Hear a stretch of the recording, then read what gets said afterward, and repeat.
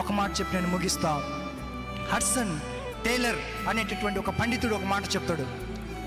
ఆయన ఒక British machinery.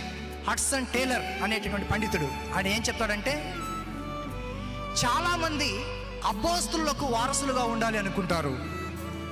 ఏంట? అపోస్తులకు మేము వారసులం అని అనుకుంటారు.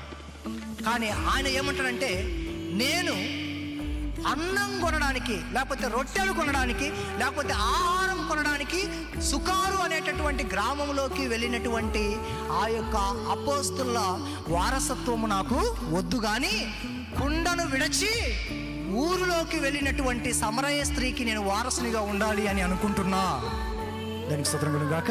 ఆ వ్యక్తి అంటాడు, కుండను విడిచి ఊరిలోకి వెళ్ళి, ఈజ్ హీ నాట్ క్రైస్ట్, ఈయన క్రీస్తు కాడా అని చెప్పినటువంటి ఆ పొటీనా అనేటటువంటి పాపాత్మురాలు ఆ తరువాత ఫిబ్రవరి 26వ తారీఖున గ్రీకు ఆర్థోడాక్స్ సంఘములో సెయింట్ పొటినాగా, ఈ పాపాత్మురాలైన స్త్రీ క్రైస్తవ సంఘ చరిత్రలో పరిశుద్ధురాలైపోయింది.